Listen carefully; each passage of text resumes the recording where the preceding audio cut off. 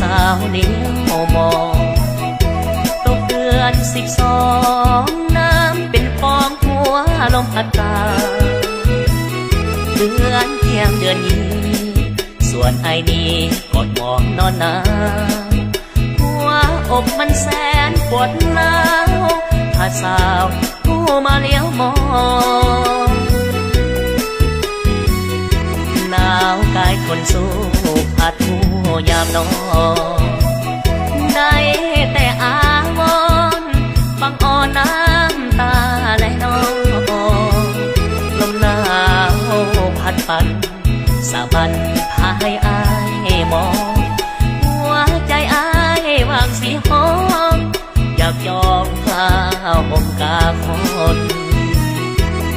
ยิ่งได้ให้เด็กจะคิดสงสารแสนทรมานสมสารด้วยใจกังวลเหมือนเรือลำน้อย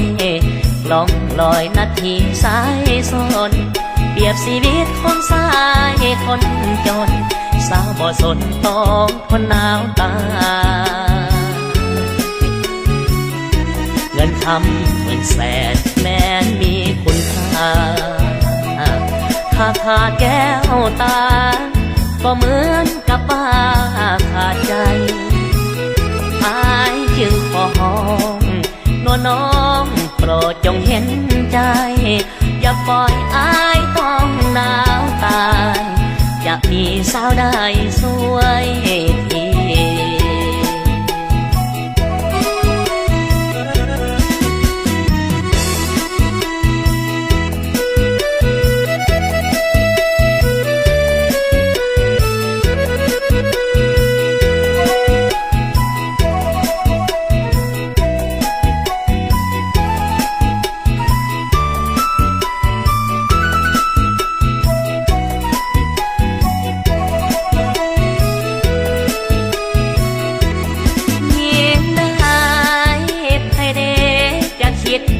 สงสา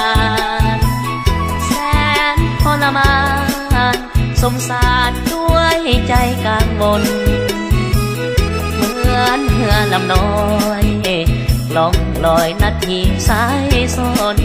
เปรียบชีวิตคนสายคนจนสาวบ่สนต้องคนหนาวตาเงินคำเหมือนแสนแม้นมีคุณค่าถ้าขาดแก้วตาก็เหมือนกับบ้าขาดใจอายจึงขอห้องนวลน้องโปรดจงเห็นใจอย่าปล่อยอายต้องหนาวตายจะมีสาวได้สวย